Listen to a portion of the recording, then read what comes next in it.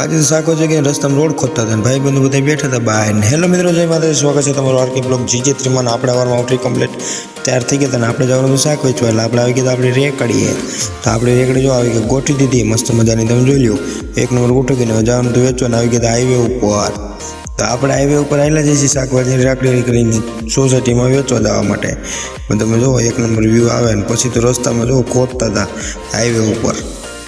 બપોર થઈ ગયા હતા ને આપણે પછી શાકભાજી વેચી લીધું હતું ને એટલું વીધું હતું ને હવે આપણે જવાનું હતું ઘરે.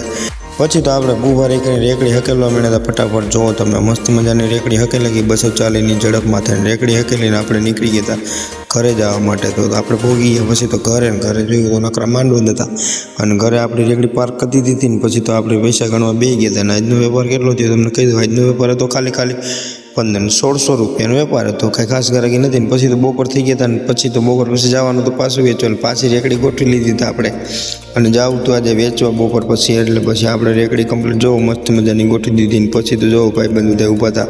આ જયલાભાઈ, સુનિલભાઈ, રાહુલ ને આ મેહુલ ને અશ્વિન ને બધા ઊભા છે માંડવાની નીચે. જુઓ તમે જોઈ રહ્યા છે ને આપણે ઊભા છીએ. પછી તો આપણે હાઈન પડી ગઈ હતી શાકભાજી એટલું વધ્યું હતું ને હવે આપણે જવાનું હતું ઘરે. એટલે આપણે નીકળી ગયા હતા સીધા ઘરે જવા માટે. અને આપણે પહોંચી ગયા પછી તો ઘરે ને આજનો બ્લોગ આપણે અહીં પૂરો કરીએ. તો મળીએ આપણે નેક્સ્ટ બ્લોગમાં. જય માતાજી.